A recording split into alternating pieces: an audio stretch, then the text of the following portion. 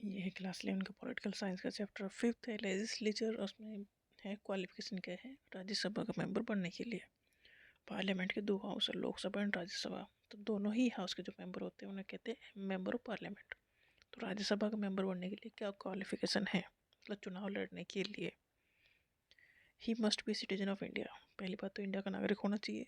MP बनने के लिए सिटीजन ऑफ इंडिया या एमपी हो या एमएलए हो, विदेशी आके यहाँ चुनाव नहीं लड़ सकता। He must be at least 30 year old. 25 साल चाहिए लोकसभा में चुनाव लड़ने के लिए, 30 साल चाहिए राज्यसभा में चुनाव लड़ने के लिए उम्र। Must be registered as voter in any parliamentary constituency in India, मतलब उसकी वोटर आईडी कार्ड होना चाहिए, मतलब वो रजिस्टर्ड वोटर होना चाहिए। कहाँ से, कहीं से भी इंडिया में किसी भी हिस्से से।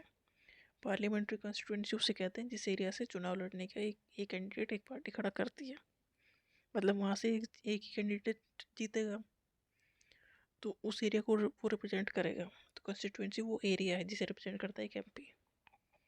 तो वो किस इंडिया की किसी भी कंस्टिट्यूएंसी में रजिस्टर्ड वोटर होना चाहिए। He must not be disqualified under any law, मतलब कानून की नज़रों में या कानून ने उसे डिस्क्वालीफाई ना किया हो चुनाव लड़ने से, मतलब उसने कोई ऐसा अपराध ना किया हो जिससे उसे चुनाव लड़ने से ही डिस्क्वालीफाइड कर दिया गया हो। मस्ट नॉट बी इंसॉल्वेंट और अनसाउंड माइंड, मतलब पागल टाइप नहीं होना चाहिए।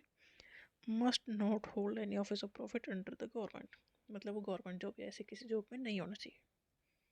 अगर ऐसी जॉब में हो तो रिजाइन करके फिर आना पड़ेगा। तो पहली बात इम्पोर्टेंट फैक्टर इसमें ये है कि सिटीजन ऑफ इंडिया होना चाहिए, 30 साल की उम्र होना चाहिए राज्यसभा का चुनाव लड़ने के लिए, और फोर लोकसभा का चुनाव लड़ने के लिए 25 साल की एज होनी चाहिए।